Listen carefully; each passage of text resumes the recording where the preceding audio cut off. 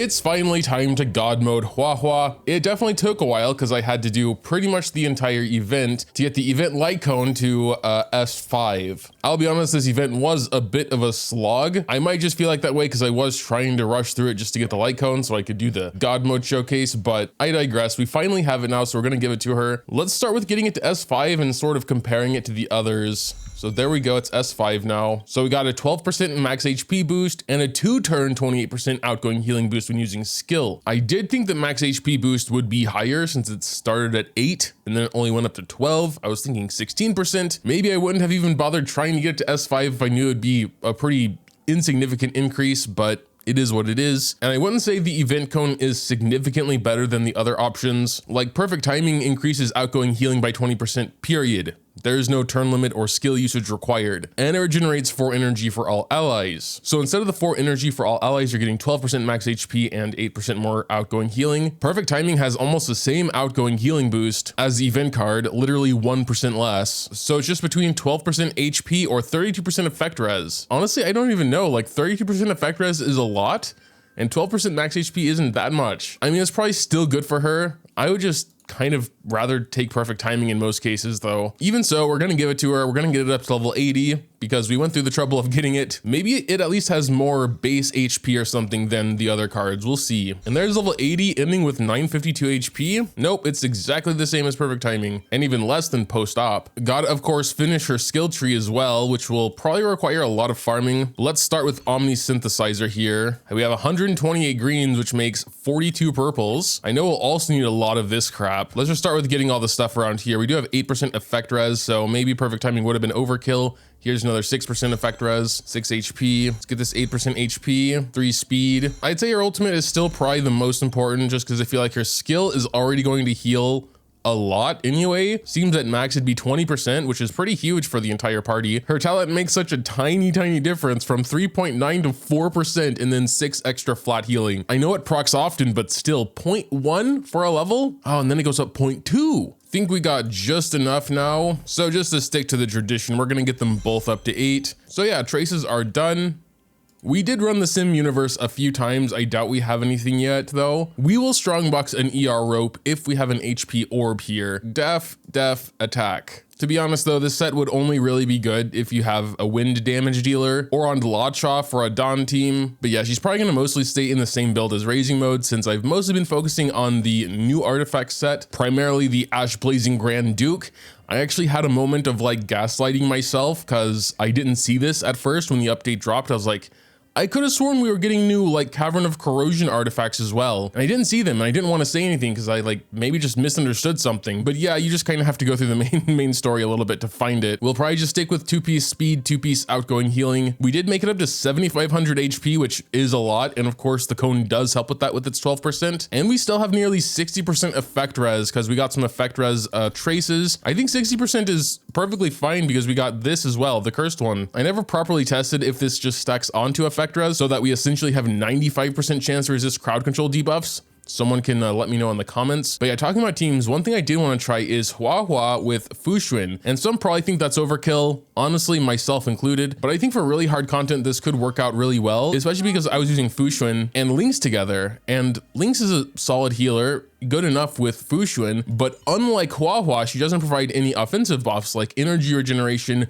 or attack. And yes, she is a 5-star. She's obviously going to be better in general than Lynx. The point is, I don't think it'll be too defensive as long as you have a really good DPS, like Dawn or Jingliu, etc. As usual for God modes, we're gonna head to Memory of Chaos. Thankfully soon we'll be able to just start at stage 7, I believe it was. After playing through the first 6 stages, I realized I definitely want her to be faster. I know she will be more skill hungry, but she's just too slow right now at 125. So I did move around her build a little bit. The only okay looking speed boots I had was on Passerby, even though actually having raised them, they're not good at all. But whatever, the ones on Hackerspace were even worse. So she is a bit faster now at 139. I was expecting her to be faster with 25 speed here, but I guess we got rid of some speed substats. So we lost a pretty good amount of HP. I forgot exactly how much we had, but around 1,000. But she is definitely faster now. We have about the same effect res, and either we got super unlucky in stage 7, or this doesn't stack exactly with effect res because we did get imprisoned. Also, I was thinking about Huohuo more for a Jingliu team because Jingliu is much less skill hungry than Imbibitor. So we might try that out as well. Maybe just for stage 7 here. Oh, 97 HP. Now 1 HP for some reason. Because of Jingliu. This is literally the 3rd time I'm failing on stage 7. It's kind of weird. Maybe I just need to manual it. Yeah, I mean, what am I supposed to do though when like they just completely gang up on one character? Like Jingliu was full health and then she was like nearly dead because they just all went after her. And now it's again the boss's turn right after Pella, so yep, and they're still attacking Jingliu. Yeah, without Huohuo being a little faster, this dude would have gone first probably and killed Jingliu, so more speed was definitely a good choice. All right, yeah, manualing was definitely the key there. I mean, besides RNG, where they're just focus firing on one single character. Moving on to stage 8, where I actually planned to start, but stage 7 gave me more trouble than I was expecting. I think for stage 8, we will already try Huohuo and Fuxuan, and then my typical Imbibitor hyper carry over here. I am mostly curious about like the cycles they will need for this. Yeah, it's pretty wild. I'm not sure what's going on. Did they buff Forgotten Hall or something? Like this feels way too hard for stage 8. We've already used 8 cycles. That's wild. That's never happened before. I guess we'll see how the Imbibitor team goes, because I know this team just like slaps very hard. I wouldn't know what's wrong with the other team though if this team does perfectly fine. Oh yeah, and then there's 2 of these dudes where you need to hit them to oh, that's gonna hurt. And then the other one's gonna do it like immediately after. Yeah. Wow, dude. I don't know if we can even get 3 stars. We're already down to 18 cycles here in a second, or if Tingyun will even survive here. All right, we got through it. That was too close for stage 8 though, and they're gonna give us stage 11 and 12 soon. Yeah, I mean, I checked my characters. They're all built. They're all good. I don't get it. Is this just an extra hard Forgotten Hall or what? Well, if we have a lot of trouble, we're gonna try follow-up team again, because follow-up seems to be powerful here, but I know I kind of messed up my links to build Huohuo, so we need to check that. 5 cycles just for the first phase. That's not right. Okay. That's not gonna work. We definitely need speed buffs or action advancement or something here. Yeah, I think we will try follow-up team. Made sure everyone's good again. Lynx was the main one that was messed up there. Up here, yeah, this team is too slow, but also like, I felt like I would have died without Fuxuan there. So we might just try the same sort of hyper carry, just replacing Latra with her, but I don't know if we're gonna be able to actually heal enough. They were doing stupid damage to me. Wow, what is this? What is that? That must have been bad luck. I mean, it is going a lot faster now. We are currently on cycle 29, so I've only used 1 full cycle, and this guy should be going down now. The big question is if we can survive. I am going to try and keep Huohuo's little stacks there for debuff removal and just for the passive healing to keep going. I think that's more important than always getting a 3 stack with Dawn, probably. So we have full health now. If they kill us, it's just kind of bad luck, you know? Like, how else are we supposed to... Look at this. No, my God, dude, this is so stupid. How can they just one-shot? Shut the fuck up. All right, we're gonna try something different. Maybe just with Bronya and Dawn, we can do it. We're gonna take Tingyun out. I just really feel like I need Bronya in there for the action advancement and little speed boost, I think, from her relic set. In this case, I don't think I need Huohuo's constant passive stuff here, so we're probably gonna use it much more sparingly. Yeah, I mean, it wasn't even much slower. I have no idea what was going on with the Jingliu team, because Jingliu herself was doing plenty of damage. So maybe the team is just too slow. I'm not sure. This is definitely going better overall. They're both, yeah, there's only 1 dude left. We're at 26. Damn, that was 3 cycles. Either Tingyun's not doing as much as I thought, or I guess Huohuo, you know, with her ultimate attack boost, I guess makes up for not having Tingyun a little bit at least. But I think that was the fastest I ever did that side. I'm a little bit worried about this side though. There is plenty of cycles. I'm just not sure if Lynx is going to be enough of a healer. And Silverwolf has 170 HP. We're going to have to, honestly, I'm not sure if that's going to be enough to survive. Is what it is, I suppose. Let's give that back to Clara. And now we got the deer. Oh dear, very funny, I know. We would have time to focus on the plants now, but last time that seemed counterproductive. I do not want to have to deal with an ultimate here, if at all possible. Oh, okay. They are really hurting Clara. I think the dude's about to use his ultimate.